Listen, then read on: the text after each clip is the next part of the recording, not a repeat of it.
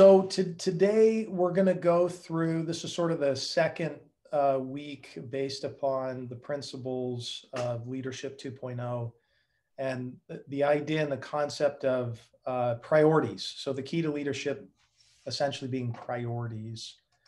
One of the things that you're going to hear a lot here is this notion of you can't manage time. You've heard that a lot before, probably, is, I'm going to manage my time. But the reality is you can't. Time passes by and there's really nothing you can do to manage it. It just goes. There's a quote by Jamie Cornell says, time cannot and will not be managed, and you will never get more of it. The problem is rooted in the choices you're making with others and your own choices. You choose how to use it every moment of every day, whether you believe it, you do or not. So the first concept to understand is you can't manage time. So thinking ahead is good leadership. This concept of practical people know how to get what they want, okay? So that's the first concept. Philosophers know what they ought to want, and leaders know how to get what they ought to want.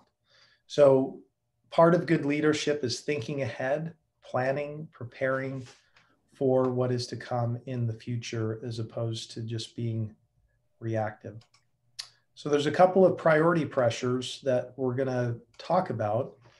Most people overestimate the importance of most things. Okay, so the art of being wise is knowing what to overlook.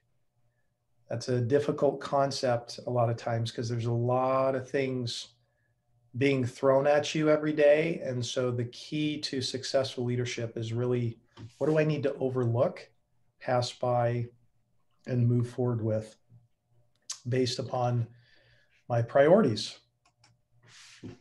And having too many priorities just paralyzes people. Okay, so think about that in your own life. When you have so many things being thrown at you and you're trying to prioritize everything, eventually just this paralysis takes place. It's overwhelming, similar to a computer that you just put too much on the RAM, the hard drive. Eventually it just, if you notice that little spinning thing that happens on your computer, there's too many windows up, there's too much going on. Eventually it just kind of freezes and it can't make decisions. And so having way too many priorities just paralyzes us. And that's just the way God hardwired us. When small demands are given too much attention, big problems arise. So there was a story of Eastern Airlines Flight 401, December 29th, 1971. It was going to be landing in New York, and it was flying around. Well, the landing gear light was broken. And so they, focused so much attention on this little light, as opposed to actually knowing that the landing gear was coming down. And they were going around and around and around in circles. Well, they gave so much attention and focus to the broken light that eventually, tragically, they ended up running into a mountain and died. I mean, they killed probably 110 people eventually. And so again, just this idea of when we focus on too much attention on something that's small, big problems can arise because we don't give attention to what would be a priority or something that has more urgency as a leader. Making everything a priority means nothing is a priority. This is what I call analysis by paralysis.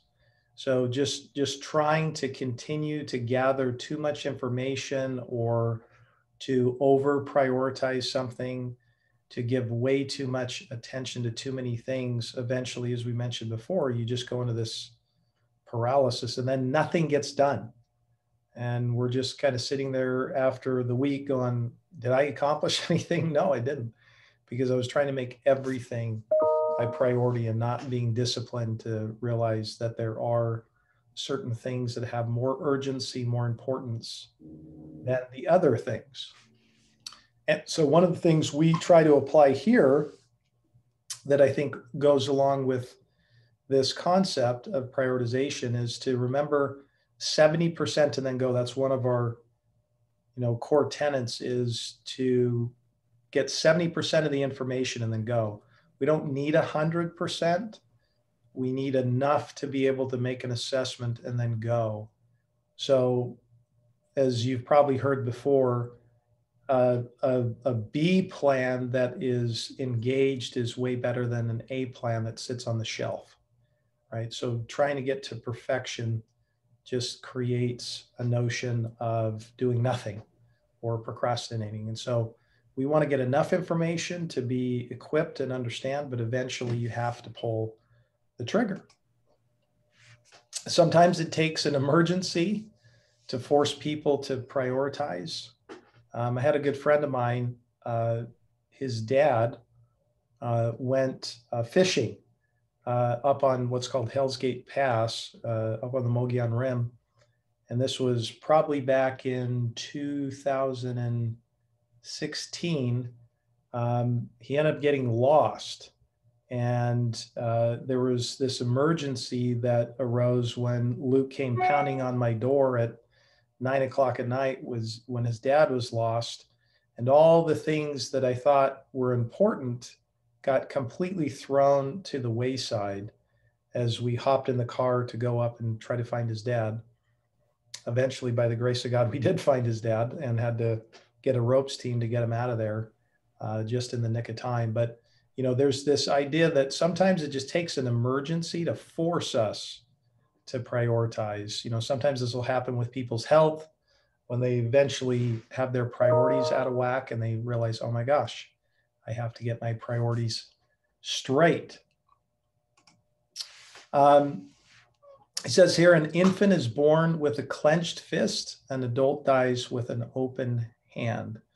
So life has a way of prying free the things we think are so important. So it's a good thing to remember as we go in life that we're always having to assess what really is the most important thing. Where do I really need to spend that time that's going by as I'm trying to make the best decisions for what it is that I'm doing based upon the things that are most important. So before I go forward, any comments, questions, or thoughts about some of those things? Anything stuck out to you guys? No, makes sense so far. Good. One thing, I guess it was earlier on, but it was talking about regular person and then philosopher and then a leader.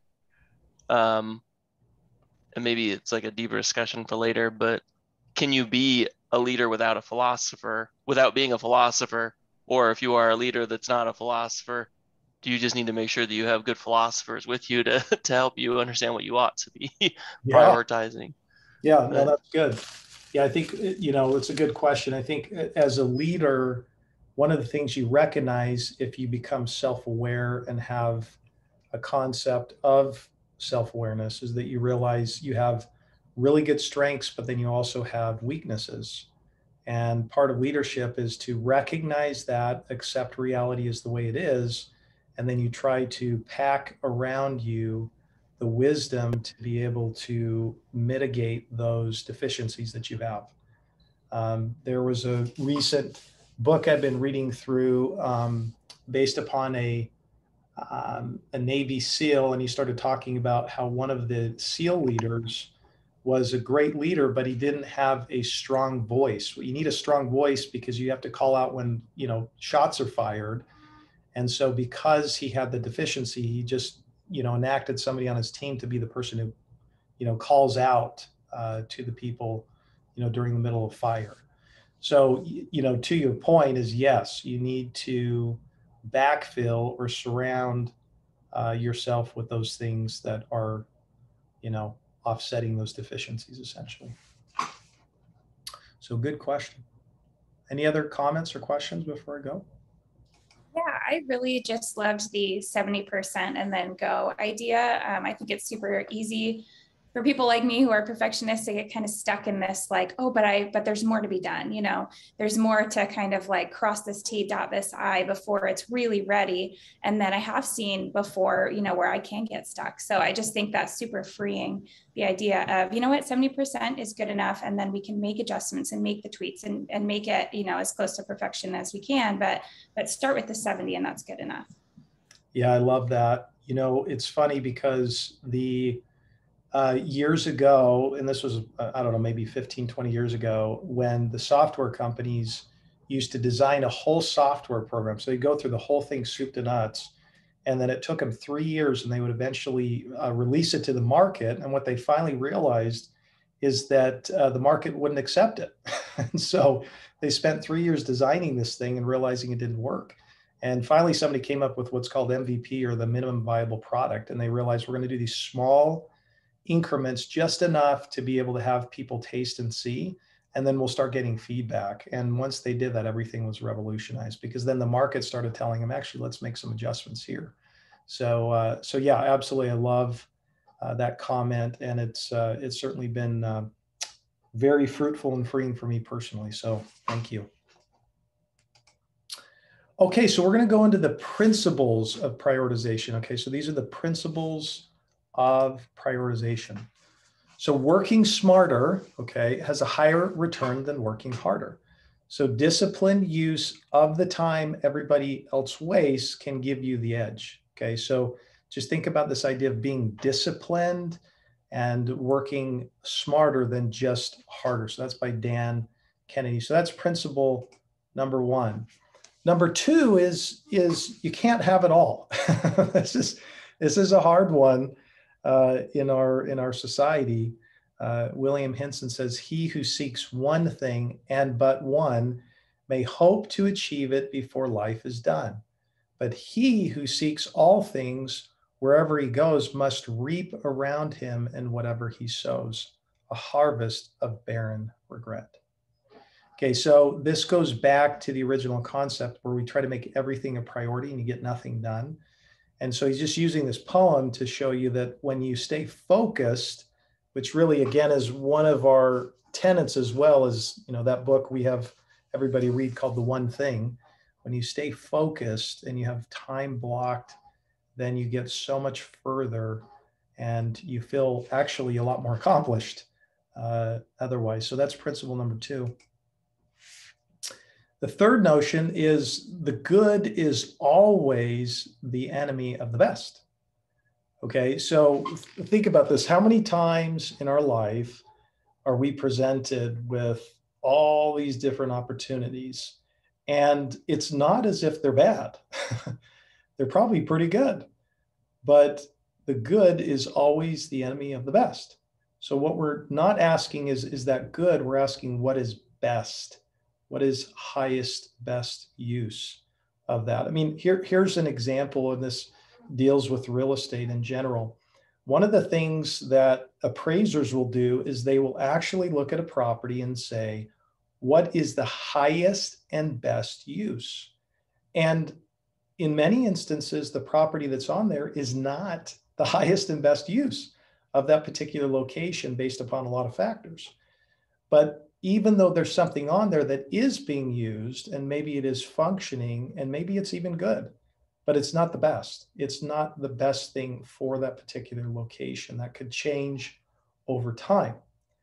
So it could be with clients. Is it this client or that? Which client do I choose based upon the limitations of time? Is it this event that I'm going to go to, or is it that event that I'm going to go to? Because there's lots of options. Is it this service project or something that was offered to me at church, or what, or that? I mean, what is it? Because many things are being offered to us, especially in our modern day age when we're inundated with information. So just remember, the good is always the enemy of the best. Proactive beats reactive, okay? So you're either an initiator or a reactor. You can choose or you can lose. So obviously our whole vision is to be the most proactive commercial mortgage broker in the world.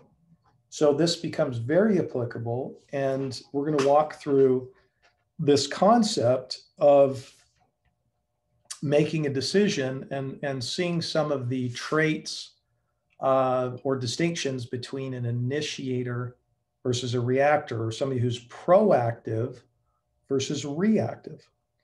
So an initiator prepares, and a reactors repair. Okay, so think about those two concepts. Initiators plan ahead, reactors live in the moment. Initiators pick up the phone and make contact. Reactors wait for the phone to ring. Initiators anticipate problems. Reactors react to problems. Initiators seize the moment. Reactors wait for the right moment. Initiators put their priorities in their calendars. Reactors put others' requests in their calendars. Initiators invest time in people, and reactors spend time with people. So just think about those two columns, that proactive will always beat reactive. The important needs to take precedence over the urgent. So before I go on, is there anything about those particular concepts that you guys want to make a comment about, or anything that you want clarity about? Yeah, if I could speak to that first principle you mentioned. I definitely found some common ground when you spoke to how working harder isn't necessarily good, and the working smarter is what you need to do. And based on my personal experience, working harder would ultimately lead to a net loss, because you're putting so much energy into what you want to get done. But no matter how hard you work, it's not going to be as good as working as efficiently as you can. So I think the key thing to remember is, to be efficient, just to be efficient, because in my personal experience, I've always walked away, or I've walked away in a net loss by just working too hard and not efficient enough. Yeah, absolutely. And it's a good point. It's not as if we don't work hard. We're just working hard efficiently, right? Mm-hmm. Because what happens is you could spend a lot of time throwing yourself into something, and, as opposed to saying, what is the best way to approach this? What is the most efficient way to approach this? As opposed to, it'd be similar to saying, well, I can pull my shovel out and I can dig this ditch, or maybe it's more efficient if I go get a ditch digger, right? That could do it maybe in a quarter of the time. Maybe I could do the thing. Perfect example for me is, I think I'm handy, I'm actually not. And so if I try to put a fan up in the house, in my mind, I think it'll take 15 minutes, and then 3 hours later, I'm trying to put the fan up. If I would have just called somebody and paid them to do it, it probably would have taken 15 minutes. So you're 100% accurate. It's just learning about what is the most efficient way to tackle this. So it's a great point, Phil. Any other thoughts or comments before we go forward? Good. Okay, so the important needs to take precedence over the urgent. Okay, so we're going to walk through, it's a little bit of a model, but I'll just do it by slides. So the first one, if you kind of think about this maybe in a sort of a 4-square box, you think of the top left side of high importance, high urgency. Okay, so as you're trying to make decisions and put them through a little bit of a funnel, you're thinking to yourself, okay, is this highly important and highly urgent? And if the answer is yes, then you tackle these first, right? That sort of hits the top of the list on those things that you're trying to get done. So it's very important. Okay, so it's something that has massive impact or larger impact, and it is highly urgent, meaning that there's a shorter time fuse to it. Okay. And then if you go to the other quadrant in the box, you would say there's high importance, but low urgency. So it's something that has a a great importance in the impact of what you're trying to accomplish, but maybe there's a longer period of time to get it done. So what do you do in that? You set deadlines for completion and fit these tasks in your daily routine. A good example of this is if you were going to speak at a conference or planning for a large event or something. You would time block things out to prepare incrementally for that moment so that you were prepared. It's an important thing, but it's low urgent, meaning it's not happening today. It could be 2 months or so down the road. So you time block for that. So that happens to be in that high importance, low urgency in terms of how you might funnel and make a decision in your asking questions. The third area is something that is low urgent or low importance. Okay, this is something that's doesn't have major impact, but it has high urgency. So again, this is something that needs to happen maybe in a shorter period of time, but it's not as impactful. So how do you handle that? Well, you find quick, efficient ways to get these tasks done. Could be, certain automation or things that you've been able to do to make it more efficient with minimal personal involvement in time. And if possible, it's not always possible for us at different seasons of life, but if it is possible, then you delegate them. Okay. So that's what you do with the low importance but high urgency items. And then the final element in this, important needs and precedence and how you make a decision is low importance and low urgency. So in this quadrant, if these tasks can be eliminated, then really you should just get rid of them, okay? If they can be delegated, then find someone to do them.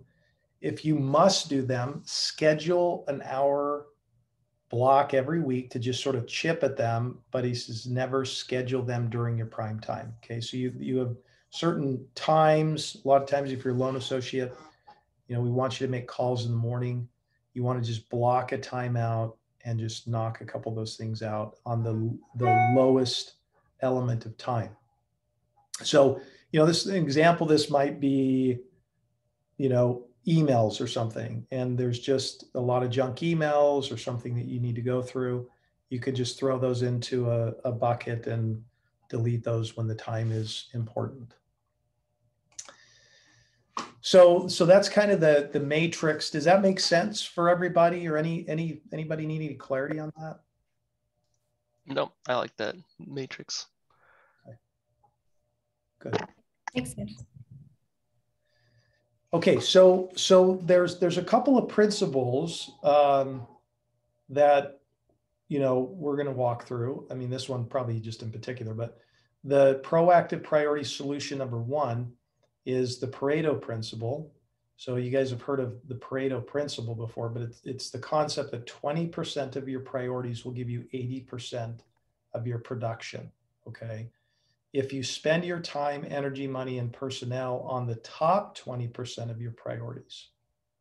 So what happens, an example of this might be, especially in business, is more than likely 20% of your clients are going to give you 80% of your production. And I can attest to this after doing this for 18 years. It just works that way. That's just how God designed it. And it's just what it is. But it's good to understand that, because then you can start to prioritize based upon this concept, okay, the Pareto Principle.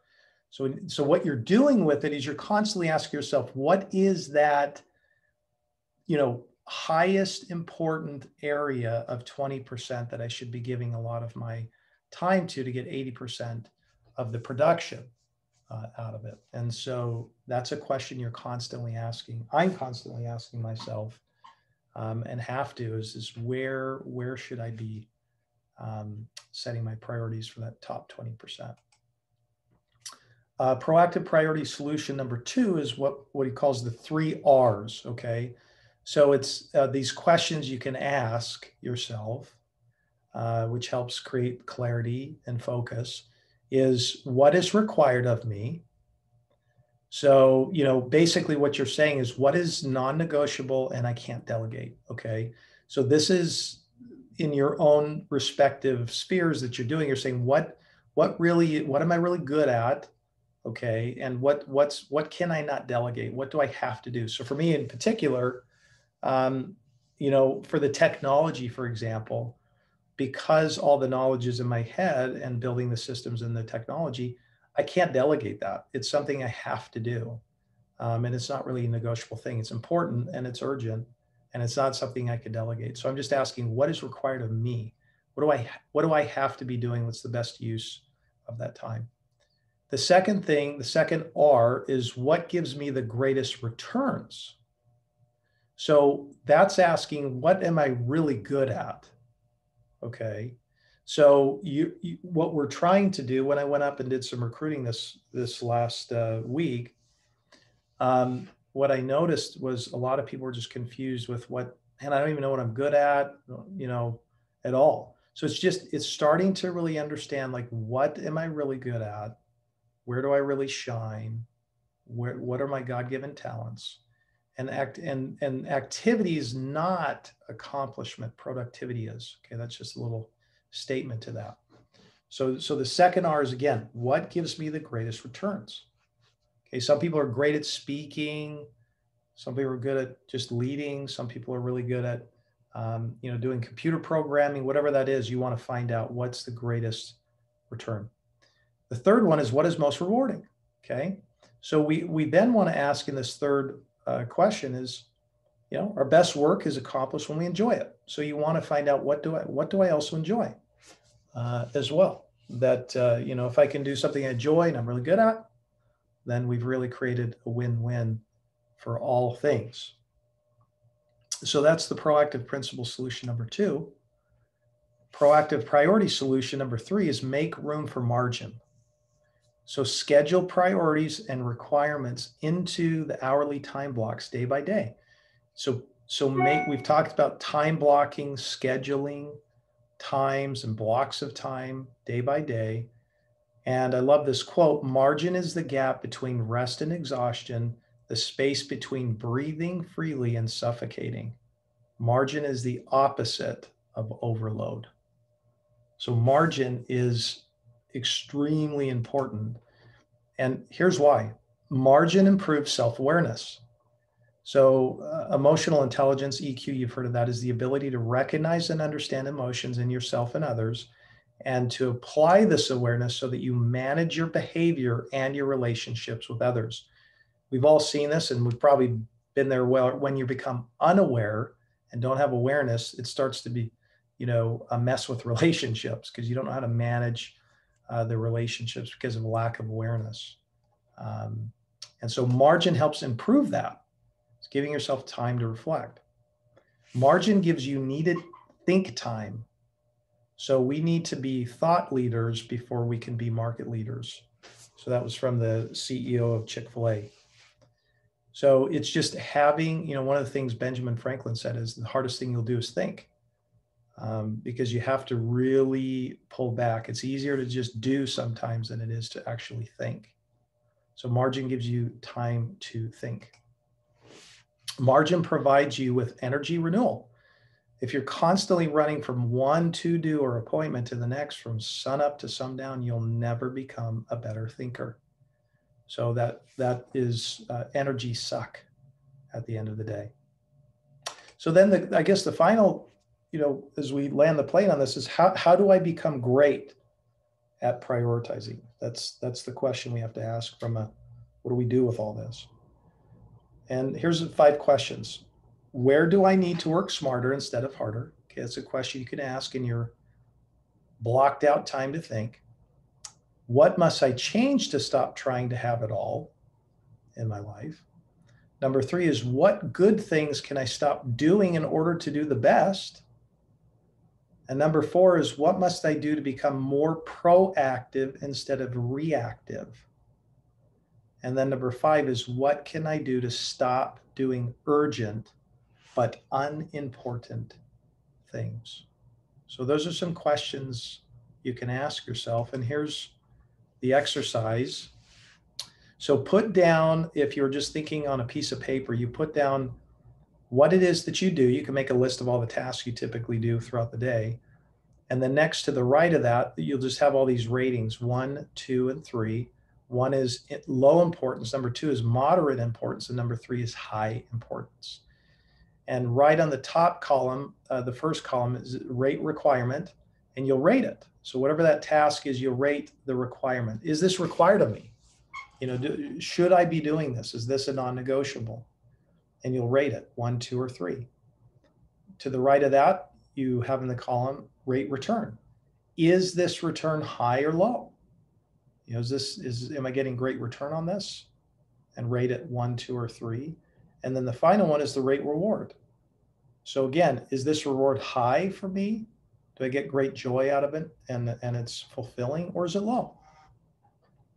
And it's just a fun little exercise you can do, making a list of all these things to start to realize whatever has the sort of highest equation will give you a pretty good idea of like, man, I should be doing more of that when all is said and done. So I guess as I close this, if you do this, if this becomes the only thing you do with some of the leadership stuff we're doing, it could change your life forever. And it certainly has for mine. And so I guess my challenge to you is, don't put it off. Make this a priority to try to prioritize what it is that you're doing now.